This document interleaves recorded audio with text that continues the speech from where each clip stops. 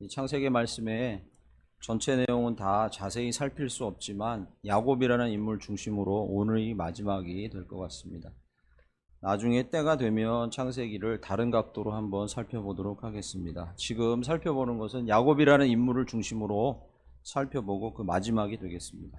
오늘 47장 27절부터 31절 말씀 읽었는데요.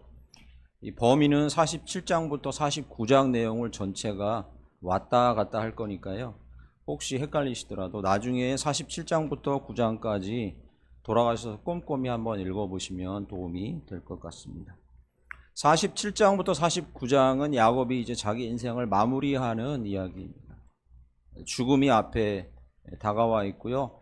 49장쯤 가면 이제 눈이 보이지 않는 그런 상황까지 나옵니다. 야곱의 인생 마무리, 죽음을 앞둔 그 마무리에서 야곱의 인생을 통해서 하나님께서 저희에게 결론 지어주는 한마디는 이것입니다.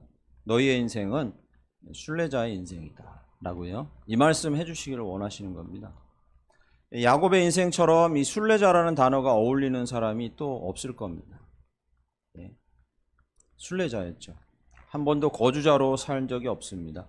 살만하면 또 옮겨야 됐고 또 옮겨야 됐고 또 살만하면 자기 고집과 자기 탐욕으로 또 그렇게 많은 고생을 했어야 됐던 사람입니다. 인생이 순탄하지 않았죠. 야곱의 본문처럼 죽음이 얼마 남지 않은 자들에게만 이 순례자라는 인식이 중요하냐? 절대 그렇지 않습니다. 우리 젊은 아이들 그리고 어린 아이들까지요. 순례자라는 인식은 대단히 중요합니다. 만약에 이 죽음이 죽음에서 끝나는 것이 아니라 영혼이랑 있다는 것을 믿는 사람들 믿으십니까? 우리의 죽음이 영혼과 있다 있는 것을 믿으십니까? 아멘. 우리는 죽으면 바로 영혼. 죽으면 끝이 아니라 바로 영혼입니다. 영원으로 가는 거죠. 영원토록 가는 거죠. 죽음이 영혼과 있다는 것을 믿는 모든 사람들은 감히 말씀드리건대 생의 모든 순간을 죽음을 준비하는 시간으로 보내야 될 줄 믿습니다. 이걸 믿지 않는 사람들은 그것이 무슨 말인지 이해할 수 없을 겁니다. 그러나 죽음이 영혼과 있다는 걸 아는 사람들은요, 매 순간이 죽음을 준비하는 시간인 거죠. 그리고 죽음을 매 순간 준비하는 가장 좋은 자세는 무엇이냐면 다시 처음으로 돌아갑니다. 순례자의 자세인 거죠. 오늘 본문 말씀을 통해서 야곱의 인생의 마지막 부분에서 그가 어떻게 순례자의 태도로 살아갔는지 47장부터 49장을 빠른 속도로 살펴보겠습니다. 전체는 보지 않지만요. 첫 번째 47장 13절에서 26절까지 저희가 읽지 않았는데요. 이 47장 13절에서 26절 말씀은 당시에 애굽과 그리고 가나안과 그 근동 지방에 먹을 것이 없었다라는 것을 배경으로 합니다. 이거 지난번에 46장 다룰 때 한번 말씀드렸죠. 기억나실지 모르겠는데요. 그래서 먹을 게 없으니까 이 애굽과 가나안과 그 근동 지방에 살던 사람들이요, 곡식을 얻기 위해서 처음에 돈을 갖다 줍니다. 바로에게 돈을 갖다 주고 곡식을 얻습니다.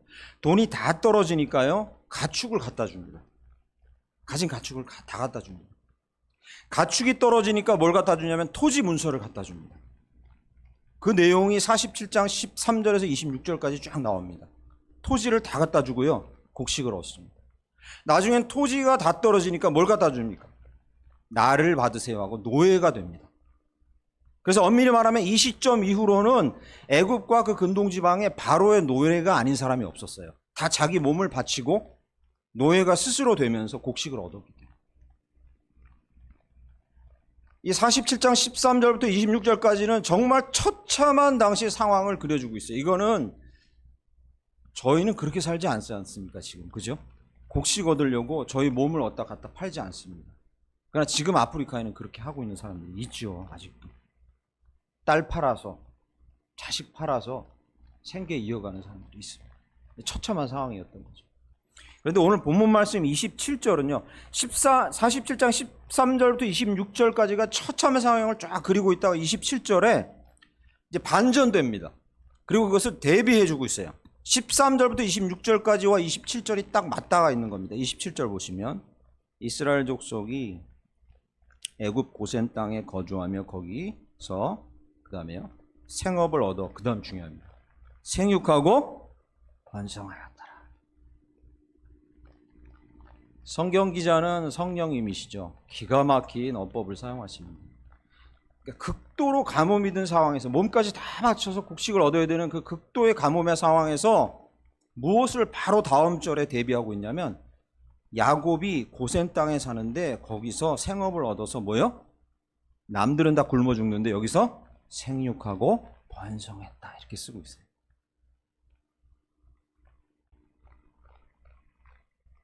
잠시 머물러 왔다 여기서 있다가 가야지라고 하는 생각으로 야곱은 내려온 겁니다. 내가 이 가뭄의 시기를 좀 피했다가 가야지라고 내려온 거예요. 잠시 머물다 갈 곳. 마치 저희가 지금 이 땅은 잠시 머물다 있다 갈 곳인 거죠. 야곱도 잠시 머물다가 난 가야지. 갈 수 있으면 빨리 가야지. 근데 여기 27절에 뭐라고 합니까? 다른 데는 다 황폐했는데 생육하고 번성하게 됐대. 무슨 마음이? 거주자의 마음이 들어오는 순간. 성경은 그것을 놓치지 않습니다. 거주자의 마음이 들어오고 있는 거예요. 거주자의 마음이 스물스물 들어오고 있는 겁니다. 지금. 야, 이거 우리는 이렇게 생육하고 번성하게 됐네 여기서. 쥔 것이 늘어나면 거주자의 마음이 들어오죠. 네. 저희는 신앙인으로 이 땅에 살면서 저희가 순례자라고 스스로 고백합니다. 저도 많이 고백합니다. 쥔 것이 많아지면 자연스럽게 거주자의 마음이 들어옵니다. 이것을 돈이라는 물질적인 거로만 생각하시면 이게 실감이 안 됩니다. 그런데요, 거주자의 마음은요, 돈에 국한되지 않습니다. 거주자의 마음은 돈에 국한되지 않습니다. 이런 것도 거주자의 마음입니다.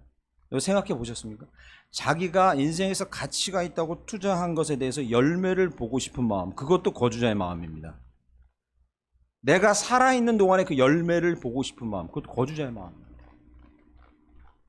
또요, 내가 심혈을 기울여서 도와준 사람이거나 심혈을 기울여서 하고 있는 보람된 일에 대해서 내가 꼭 열매를 맺어야겠다고 봐야겠다고 하는 것도 거주자의 마음.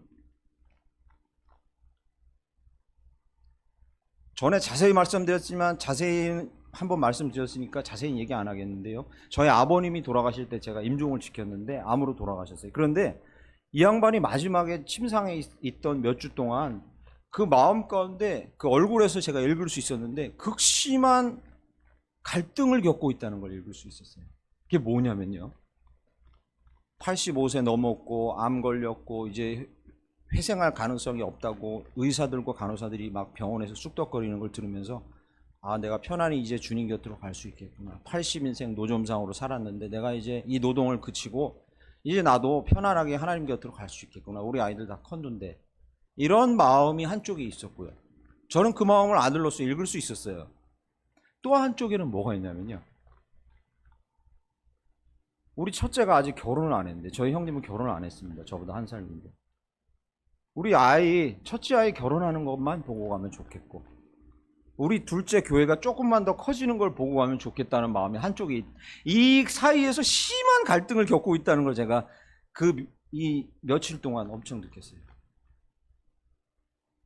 마치 사도 바울, 여러분 사도 바울 얘기 아시죠? 내가 주님 곁으로 당장 떠나가는 것이 좋지만 너희들 때문에 내가 여기 있는 거다라는 그 빌립보서 고백 아시죠?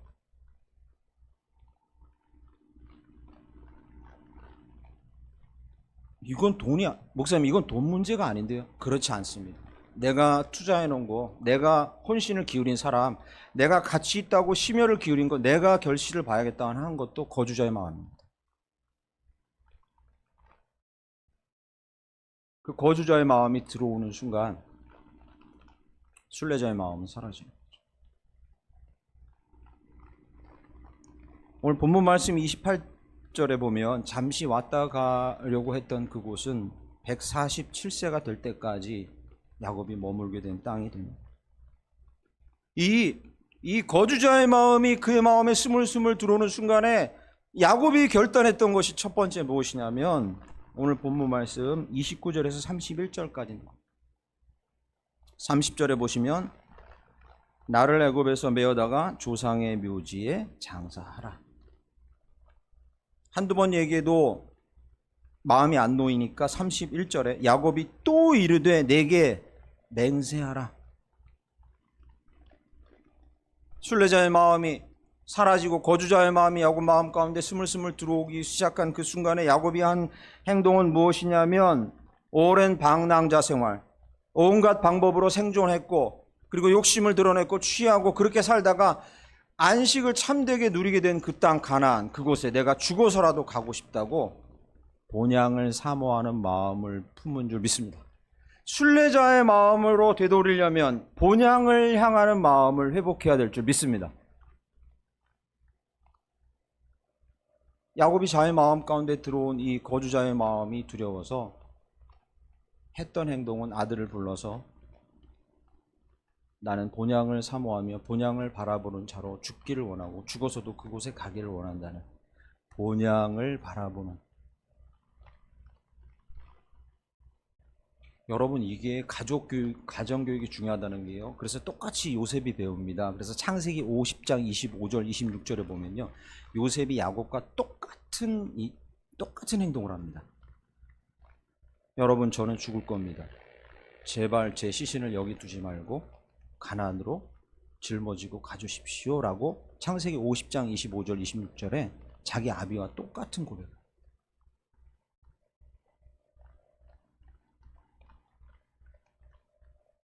순례자의 마음을 가지고 매 순간 죽음을 준비하며 사시는 저와 여러분들에게 간절히 축원드립니다. 첫 번째, 본향을 바라보세요. 여기 내가 내 아이들 이 철없고 아직도 저희 첫째도 26인데 아이고 이렇게 철이 없고 정말 아기 같아 보여서 이렇게 철이 없고 이걸 어떻게 두고 가나, 이걸 어떻게 내가 쌓아 올리고 있었던 보람된 일들 이거 좀 모양새가 나오고 잘 되면 좋겠는데 어떻게, 이런 마음 드실 때 그런 마음 내려놓으시고 본향을 향해서 우리 시선을 고정시키기를 간절히 축원합니다. 야곱에게 본향은 가나안 땅이었습니다. 이스라엘 백성에게 영원한 본향은 가나안 땅, 돌아갈 땅은 가나안이었어요. 저와 여러분에게 여쭙습니다. 저희의 본향은 어디입니까? 저희의 본향은 어디입니까? 팔레스타인 땅입니까? 지금 전쟁이 있는? 거기 아니죠. 예, 이 야곱이 꿈꿨던 가나안입니까? 거기 아닙니다. 저희의 본향은 거기 아닙니다. 저희의 본향은 어디입니까? 천국입니다. 할렐루야. 하늘나라입니다. 그죠? 하늘나라는 어떻게 생겼습니까? 이게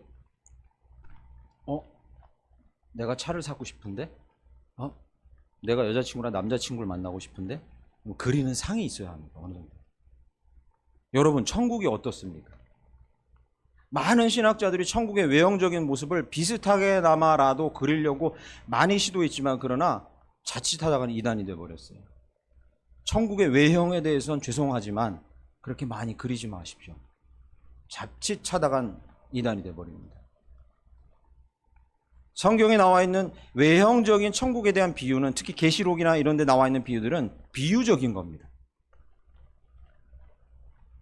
외형을 가지고 너무 상상하지 마십시오. 그러면요, 저희가 순례자의 마음을 품고 본향을 바라봐야 하는데 우리가 꿈꾸는 본향의 본질적인 모습은 무엇입니까? 여러분, 그걸 알아야 지금 죽음을 준비하고 순례자의 모습으로 본향을 사모할 거 아닙니까? 그 본향의 모습은 무엇입니까? 본향의 모습은 무엇입니까? 못 박힌 손과 발, 찔린 허리, 찢겨진 머리, 그리고 다시 부활하셔서 보좌에 앉으신 예수. 할렐루야. 우리가 추구하는 본향의 본질은 그것이 유일합니다. 그곳에 주님이 계시니까 거기가 천국이고 하나님이 다스리니까 천국입니다.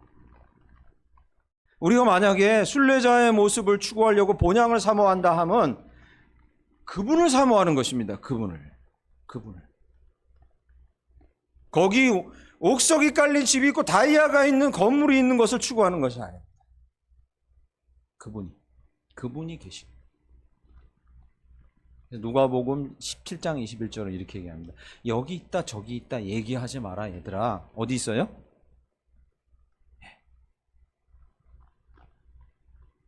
하나님 나라는 너희 안에 있느냐. 하나님의 나라의 범위를 축소시키려고 이 말씀을 드린 게 아닙니다. 하나님의 마음은 좁절히 해서 너희 마음 가운데 들어가, 이런 의미가 아니라는 거 아시죠? 오늘 목사님 말씀하신 대로 우리 새벽기도의 주제가 그런 것처럼요, 그 품 안이 본향인 줄 믿습니다. 그가 내 안에, 내가 그 안에 있는 그의 품 안이 본향인 거죠.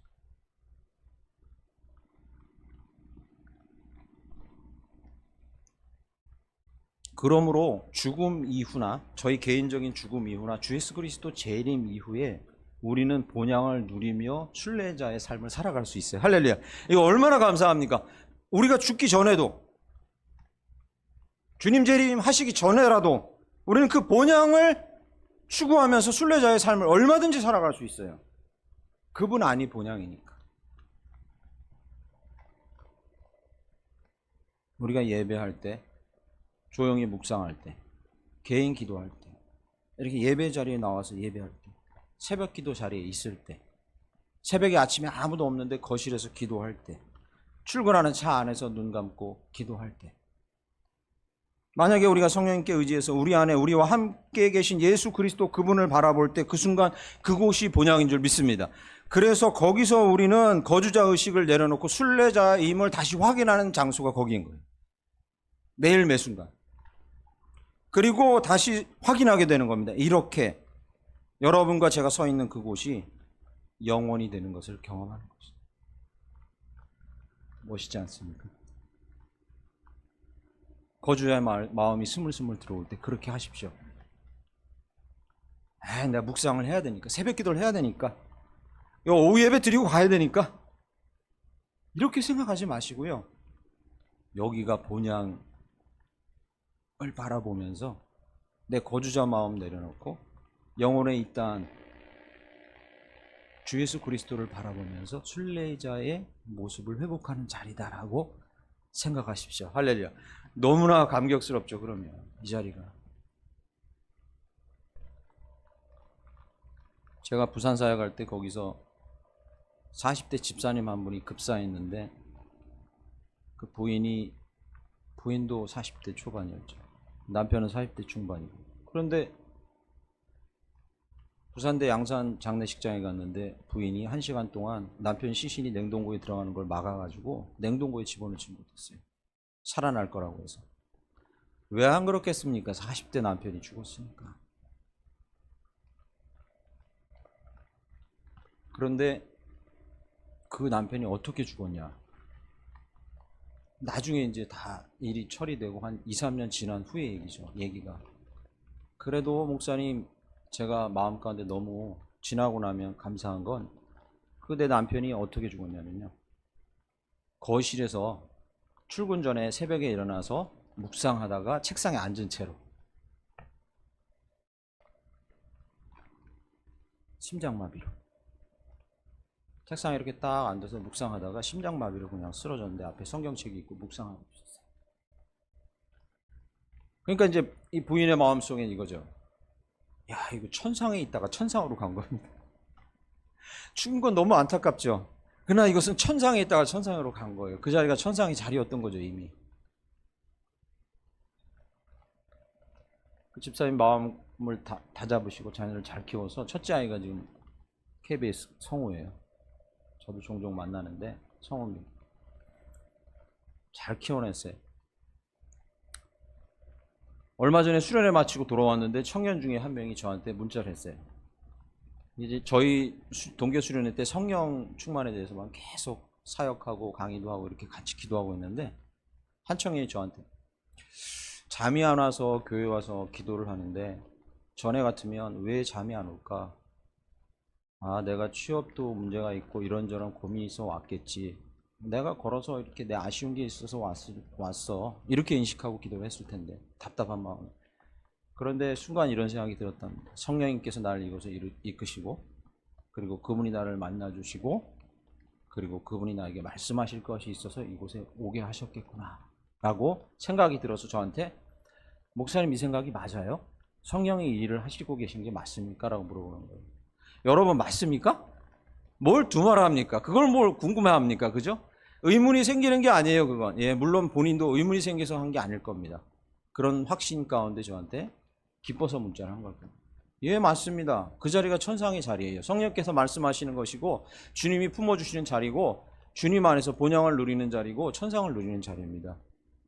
당신은 지금 성령께 이끌림 받아서 천국을 경험하고 있는 것입니다. 그런 거죠. 본향을 바라보시고 거주자의 마음을 순간순간 내려놓으시고 순례자로 살아가실 간절히 축원드립니다. 야곱은 지금 그렇게 하고 있는 거예요. 두 번째 이 48장으로 넘어갑니다. 건너뛰어서 죄송합니다. 48장으로 넘어갑니다. 48장 내용은 무엇이냐면 요셉이요. 야곱이 아버지가 나이가 너무 많이 들었다는 걸 알고 곧 죽게 생겼구나 해서 야곱에게 자기 두 아들을 데리고 가서 축복해달라는 장면입니다. 우리 아이 두 아이 축복 좀 해주세요라고 아버지에게 간 장면이에요. 근데 여러분 이 축복하면서 야곱이 두 가지 특이한 행동을 합니다. 두 가지가 있어요. 특이한 행동을. 그 행동에만 주목해서 살펴보도록 하겠습니다. 48장 보시면 5절 말씀에 이렇게 쓰여 있습니다. 5절에 내가 애굽으로 와서 내게 이르기 전에 애굽에서 내가 낳은 내는 요셉이죠. 두 아들 에브라임과 므낫세는 내 것이라 루벤과 시몬처럼 내 것이 될 것이다. 이 얘기는 요셉의 아들이 둘이었잖아요. 에브라임과 므낫세. 그런데 대뜸 야곱이 이렇게 얘기합니다. 네 아들 여기서 나온 네 아들 에브라임과 므낫세 그거 내 아들을 삼을 거야. 이 두 아들 다음에 태어나는 아들 너 아들 삼아. 이 두 아들 내 거야 라고 얘기하는 장면. 이게 좀 특이합니다. 생물학적으로는 그렇게 한다고 아들이 되는 게 아니죠. 그런데 생물학적인 개념이 아닙니다. 이거. 생물학적으로 내 아들 삼겠다 이런 개념이 아닙니다. 요즘 말로 하면 그냥 파서 호적에 옮기는 정도 되겠죠. 그런데 이 이스라엘 백성들에게 이 개념이 무엇이겠습니까? 이거는요. 이 두 아이를 내 아들 갖고 싶은 욕심 때문에 그런 것이 아닙니다. 그러면요. 이유는 하나입니다. 요셉 너에게 두 지파의 지분을 주겠다는 거예요. 여러분 곧 들어가면 지파가 12개로 나누잖아요. 나누어지죠. 지파별로 땅이 분배되는 거 아시죠? 그런데 요셉 너에게는 두 지파의 땅을 줄 거라는 거예요. 여러분 다른 자녀보다 두 배나 더 많은 재산을 분배하는 자녀는 이스라엘 백성에게 호칭하여 누구입니까? 장자.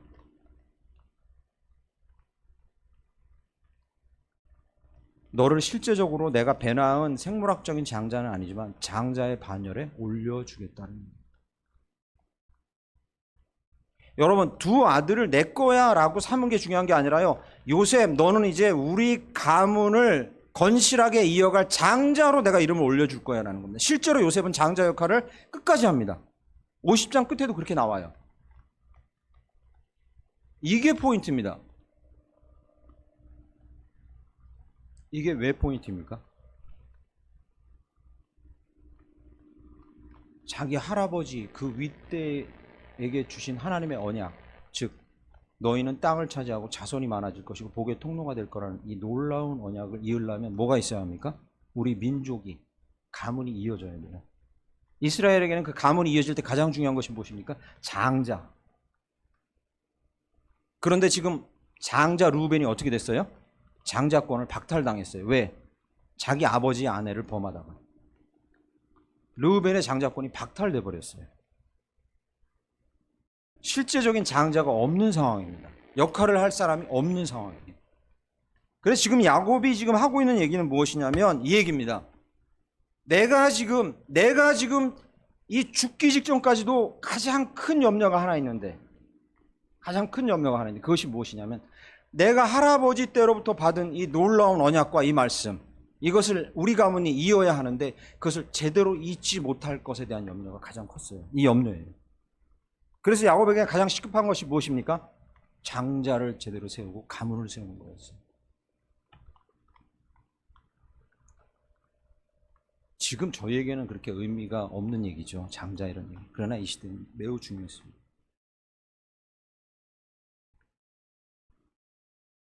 50장 보시면 야곱 죽고 나서 형들이 두려워하니까 요셉이 이렇게 얘기합니다. 야곱이 죽고 나니까 형 염려하지 마세요. 이 가족을, 이 가문을 내가 지킬 거예요.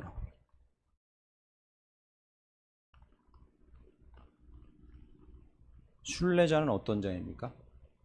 기억하십시오. 두 번째. 순례자, 첫 번째는 본향을 사모하고 본향을 지금 누릴 수 있는 자입니다.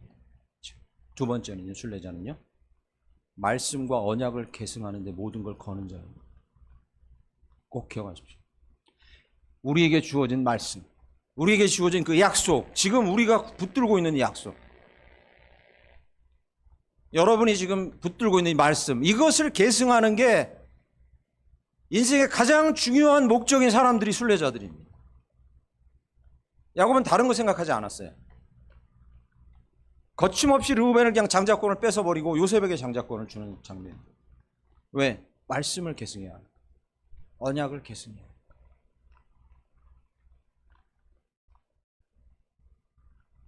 또 하나 특이한 행동을 하는데 아들 둘을 데려와서 축복해달라니까 요셉의 첫째 아들은 누굽니까? 므낫세. 둘째 아들은 에브라임. 그런데 야곱이 손을 잘못 얹고, 요셉이 보기에 야곱이 손을 잘못 얹고 오른손을 장자 므낫세의 손에 머리 위에 얹어야 되는데 오른손을 둘째 에브라임 머리 위에 얹고 왼손을 첫째 므낫세의 머리에 얹고 축복합니다. 그 장면이 나오니까 그걸 보고 있다가 가만 축복하는 장면을 지켜보고 있다가 요셉이 열받아서 아버지 그렇게 하지 마세요. 눈이 잘 안 보이니까 이 노인네가 그냥 그렇게 하면 안 돼요 라고 얘기하니까 19절 48장 19절에 야곱이 이렇게 얘기합니다. 48장 19절 그의 아버지가 허락하지 아니하며 야 나도 이르되 나도 안다. 내 아들아 나도 안다. 두 번 얘기해요. 실수했는데 인정 안 하려고 고집 피우는 게 아닙니다. 이거 잘못 얹었네? 그런 차원이 아닙니다. 나도 안다 내 아들아 나도 안다. 뭘 안다는 거겠습니까? 이것이 언약을 계승하기 위해 우리 가문을 올바로 세울 최적의 환경이라서 하나님께서 나에게 그렇게 하라고 말씀하신 것을 내가 안다. 이 의미입니다. 다시 한번. 에브라임을 장자로 세워서 우리 가문이 언약을 계승할 가문으로 우리 가문을 잇기 위해 주님이 주신 최적의 환경이라는 말씀의 확신 가운데 내가 손을 얹은 거니까 군소리 말아라 라고 얘기하는 거예요. 여기서도 야곱이 똑같은 확신을 갖고 있다는 것을 압니다. 손을 엇갈려 얹어서 차자인 에브라임을 장자 삼은 이유는 무엇입니까? 약속을 계승하고 언약을 계승하고 말씀을 계승하기 위해 그것이 가장 최적의 환경이 될 것을 하나님께서 그의 마음에 확신 주셨기 때문에 그렇게 한 것입니다. 목적이 어디 있어요? 말씀의 계승, 언약의 계승.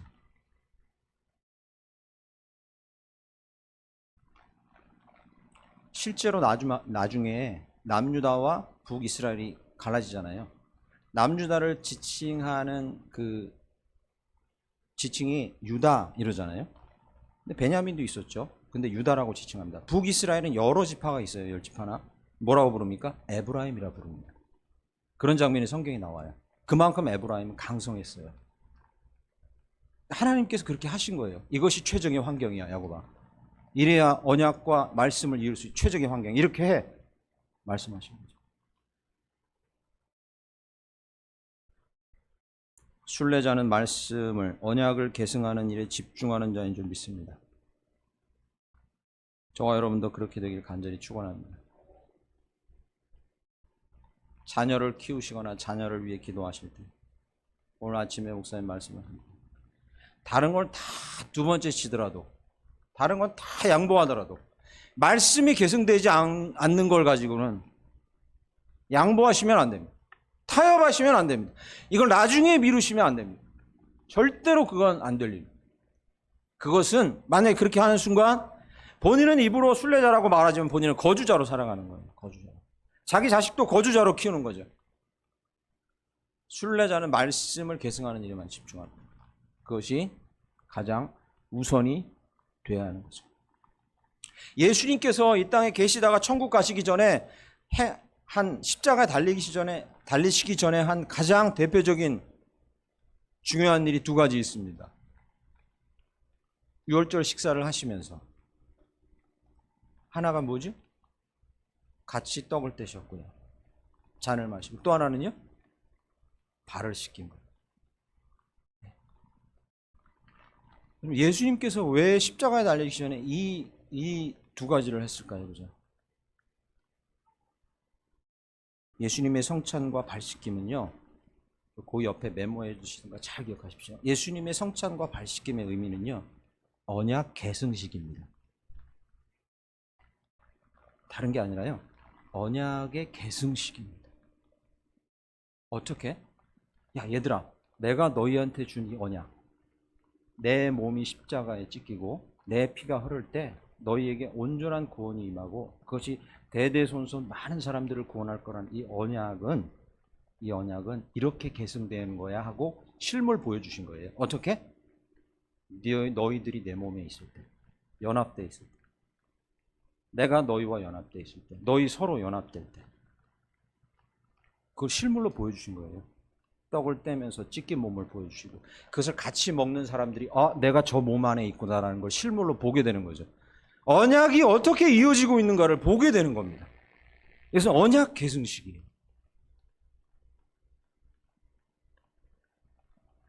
발을 씻기면서 주님은 얘기하십니다. 아무리 입으로 너 말씀 읽어, 말씀 들어, 말씀 배워, 말씀대로 살아라고 100번 얘기해봐도 안 될 거야. 어떻게만 해야 말씀이 계승돼요? 언약이 계승돼요?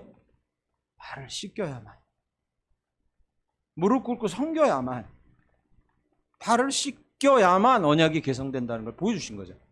그래서 예수께서 행하신 성찬과 발 씻김은 언약을 계승하는 예식이었어요.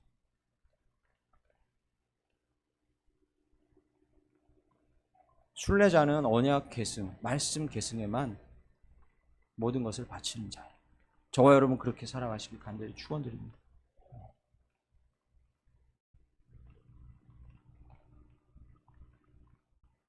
세 번째 49장으로 가보겠습니다. 49장. 이게 한 장씩 건너뛰어서 좀 간격이 있어 죄송합니다. 49장. 야곱이 그 아들들을 불러, 이제 야곱이 스스로 아들들을 불러 12아들을 축복하는 장면이 나옵니다. 1절. 그 아들들을 불러 이르되 너희는 모이라, 너희가 후일에 당할 일을 내가 너희에게 이르리라. 이렇게. 2절에 보면 너희는 모여 들으라. 이렇게. 마지막 유언 같기도 하고 축복 같기도 한 이 말씀은 좀 독특하게도 일반적인 축복이 아닙니다. 그러니까 아들들 잘 되기 위해서 축복하는 그런 일반적인 축복이 아닙니다. 이것은 하나님이 야곱의 입에 넣어주신 예언입니다. 일반적인 축복이 아니에요. 아들들 잘 되라고 축복하는 게 아니라 하나님이 직접 입에 넣어주신 예언입니다. 고린도전서 12장에 예언의 은사가 나오죠. 12장 예언의 은사가 나옵니다. 그 예언은 지금 이 예언이 아닙니다. 고린도전서 12장에 나와 있는 예언은 설교에 가깝습니다. 사도 바울이 언급한 그 고린도전서 12장의 예언은 격려와 축복과 설교에 가깝습니다. 그것은 하나님이 직접 입에 넣어주시는 예언을 얘기하지 않습니다. 그러므로 조심하십시오. 교회 안에서 예언의 은사 받았다고 하나님이 직접 말씀하신 것처럼 말하면 안 됩니다. 그래서 사도 바울이 말하는 예언이 아닙니다. 그러나 구약시대 이 시대에 지금 야곱이 하고 있는 것은 하나님이 직접 그 입을 통해서 입에 넣어서 그를 단순히 도구로만 사용한 예언입니다. 엘리야도 그랬고 예레미야도 그랬고 선지자들이 하는 예언이죠.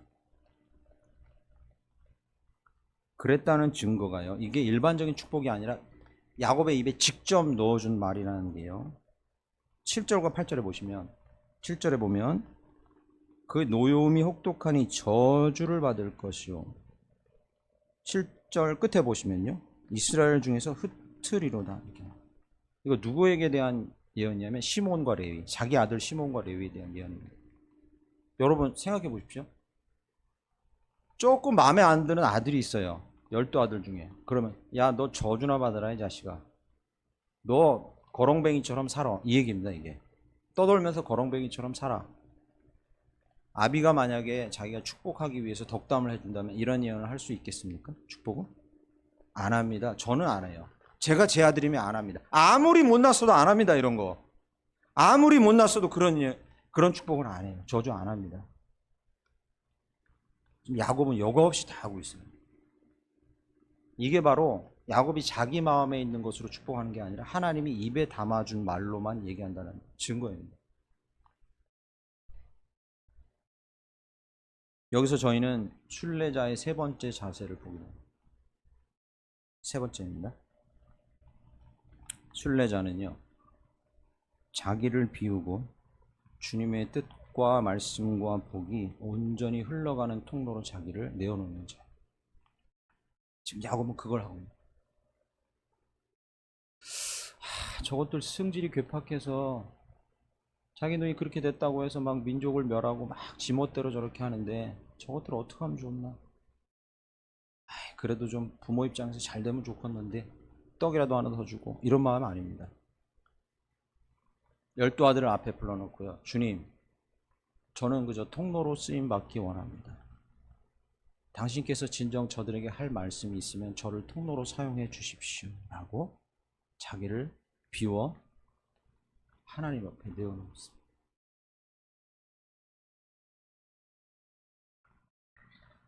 순례자의 마음인 거죠. 여러분, 거주자는 그렇게 안 합니다. 이익관계 따지고 우리 아들들은 이쁘게 보이고 우리 자식들 어쨌든 잘 됐으면 좋겠고 뭐가 나도 흠이 있어도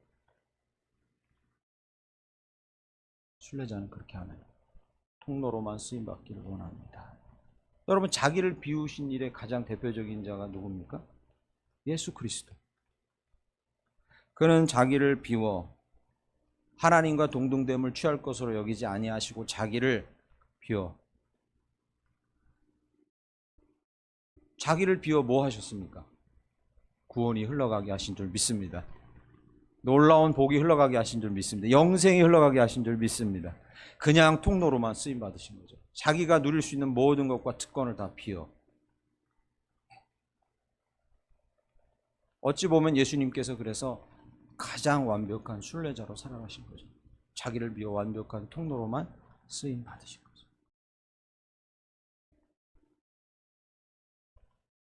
수련회 마치고 이제 월요일쯤 밤에 자려고 누웠는데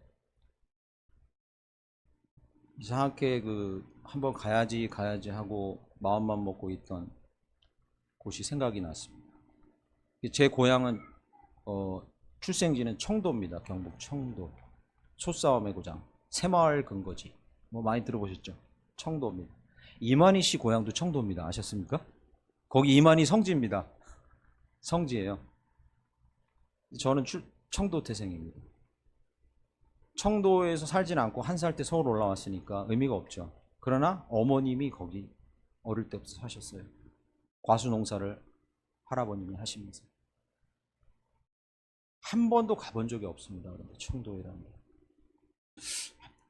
한번 가야지 하는 생각을 갖고 있었는데 마침 1년 반 전에 제가 함께 생활했던 청년부의 제자가 거기 담임 목회지로 부임해 왔다고.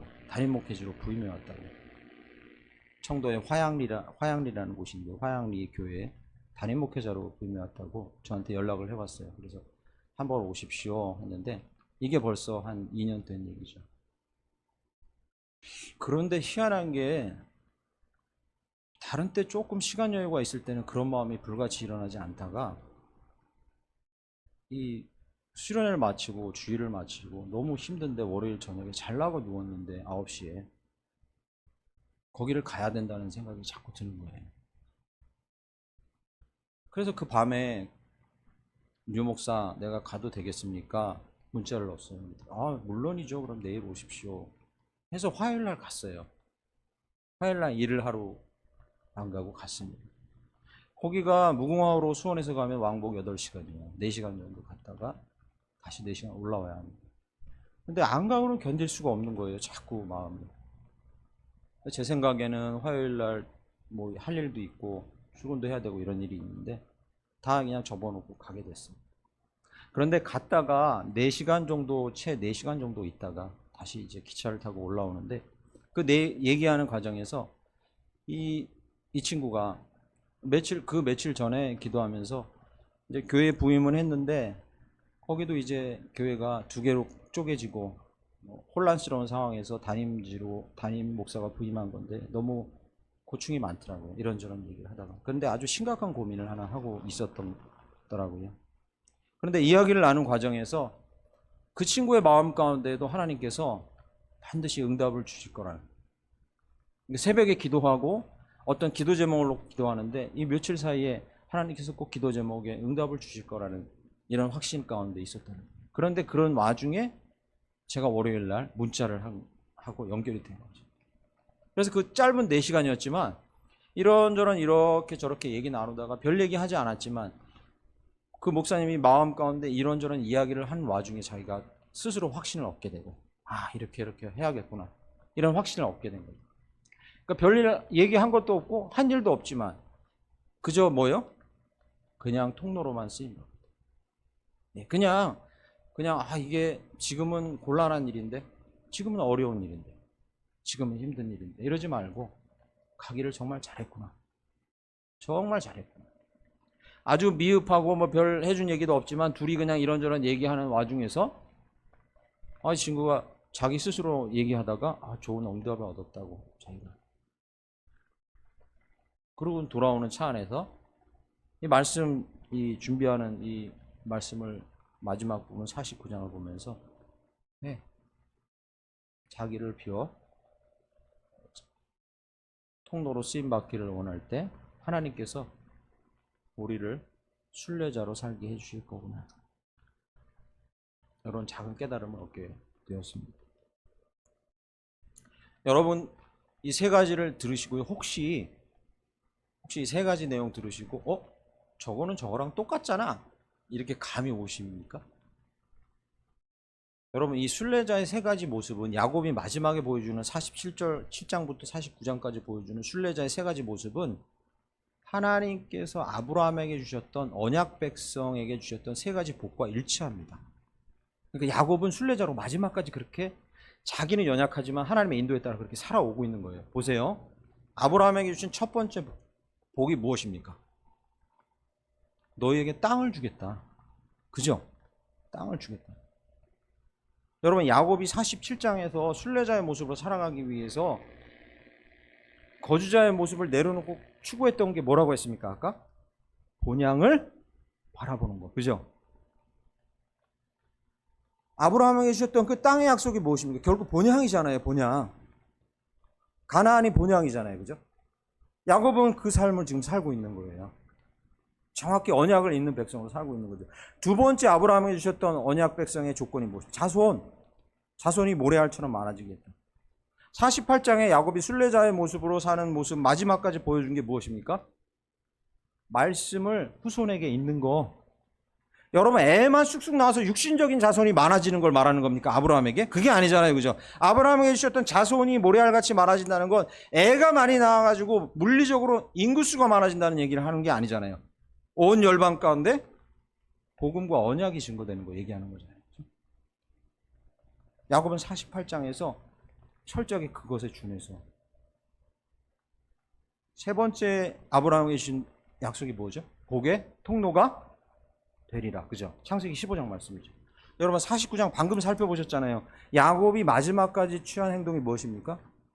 나는 당신의 통로로, 당신의 말씀이 통과하고 당신의 언약이 통과하는 통로로 쓰임받기 원합니다라는 야곱의 마지막까지 모습이었던 거죠. 그러니까 야곱은 순례자의 삶을 살았고 그 삶은 아브라함, 아비 그리고 할아버지에게 약속된 언약 백성의 모습 그대로 살아가고 있는 거죠. 멋지지 않습니까? 저는 걷기를 좋아합니다. 전에 한번 말씀드렸는데 일할 때 요즘에 한 2만 보, 3만 보 정도 평균 걷습니다. 그러니까 뭐 살이 남아있을 수 없어요. 잘 쫙쫙 빠져서 아주 좋습니다. 몸에 아주 좋습니다. 그런데 그래서 제가 이제 국토종단 계획하고 수원에서 한 평택 인근까지 걸어본 적이 있어요. 근데 한 10년 전쯤이죠. 지금보단 젊었을 때. 그리고 아내랑 이제 버킷리스트가 산티아고 길을 한번 가보고 배낭여행. 그게 이제 더 나이 들기 전에 해보고 싶은 일인데, 근데 제가 이렇게 걷다 보니까 두 가지 사실을 알게 됐습니다. 중요한 깨달음이 두 가지 사실. 하나는요, 목표나 목적을 되새기지 않고 걸으면 현타가 옵니다. 왜 안 그렇겠습니까? 그죠? 무작정 걸으면 현타가 와요. 땅을 축복하거나, 걷고 있는 땅을 축복하거나, 걷고 있는 땅을 하나님 앞에 올려드리거나, 뭐 영적 대적을 하거나, 이 땅을 땅밟기를 하거나, 이 땅이 복음화 되기를 위해서 기도하거나, 또는 그게 아니라면요, 고민하는 문제를 가지고 이 문제에 대한 하나님의 응답을 조용히 들으려고 걷거나, 이런 목적이 없으면요, 현타가 옵니다. 그죠? 우리의 삶의 걸음이 정말 공허하지 않으려면요, 본향이라는 목표를 계속 바라보고 고르셔야 돼요. 새벽에 특세인데 5일 완주하시려면요, 내가 저기가 예수님을, 내 본향을 볼 수 있다는 이런 목표를 가지셔야 5일 완주하셔요. 할렐루야. 안 그러면 현타 옵니다. 아, 내가 이거 뭐 하고 있는 거냐, 이 새벽에 출근해야 되는데. 이렇게 돼요. 내가 저기 가면 나의 본향 예수, 그를 만날 수 있다, 이렇게 나오시면 하실 수 있죠. 할렐루야. 또 하나 느낀 건요, 몸에 걸친 게 없어야 합니다. 처음에는 이 백팩 메고 거기다가 성경책 넣고 할렐루야 성경책 넣고 물통 넣고 뭐 이러고 걸습니다. 이게 아마추어들 하는 일이에요. 걷다 보니까 도저히 안 됩니다. 나중에는요, 이 500ml 물통 하나도 다 버립니다. 그냥 슈퍼에서 하나 사 먹고 버리고 이렇게 맨몸으로 가야 합니다. 그죠? 오래 걸을 수가 없어요. 걸친 게 많아요. 본향을 바라보고 순례자의 길을 가려면요, 뭐를 더 구비할까 이런 거 신경 쓰면 안 돼요. 절대적으로 뭘 버릴까에 집중하셔야 돼요. 그게 물질적인 것도 좋고 생각하는 것도 좋고 가치관도 좋고, 조금이라도 순례자의 길에 두 번째 요인이라고 여겨지는 건 모두 다 버려요. 모두 다 버려요. 말씀 계승자로 사시려면 뭘 버려야 되신지 아십니까? 아까 두 번째가 말씀 계승자죠. 언약을 계승하는 자가 순례자인데, 여러분 말씀을 계승하는 자로 살려면 뭘 버려야 되는지 아십니까? 사심을 버려요. 사심을 버리셔야 합니다. 사심. 거주자의 특징이 뭔지 아십니까? 자기가 드러나는 것입니다. 좀 더 심한 거주자의 특징은 자기가 죽어서도 자기 이름이 드러나는 것입니다. 순례자는 버려야 합니다. 특히 말씀을 계승할 자는 사심을 버려야 합니다. 모두 버려야 합니다. 복의 통로로 서시려면 자기 주도적인 생각을, 태도를 버립니다. 그런 은혜가 저희 가운데 있기를 간절히 축원드립니다. 참 설교 어렵습니다. 제가 못하는데 말씀드리려고 하니까 너무 어렵습니다. 양해해 주시면 감사하겠습니다. 내일부터 특별 새벽 기도회 부흥회입니다. 새벽 특별 부흥회 9차 왔습니다. 본향으로 시선을 고정하시는 그분 안으로 깊이 들어가십니다. 그래서 목사님 말씀하신 대로 열매를 맺고 응답을 누리는 저희들 되기를 축원합니다. 말씀 언약의 계승자로 이 아이들에게 말씀 계승하겠다는 이 결단의 시간 되기를 축원합니다. 우리 가정과 사회와 세상의 복과 통로로 서겠다는, 나를 비우고 내 주도권을 내려놓고 모든 것을 내려놓고 통로가 되겠다는 결단의 시간 되시길 축원드립니다. 기도하겠습니다.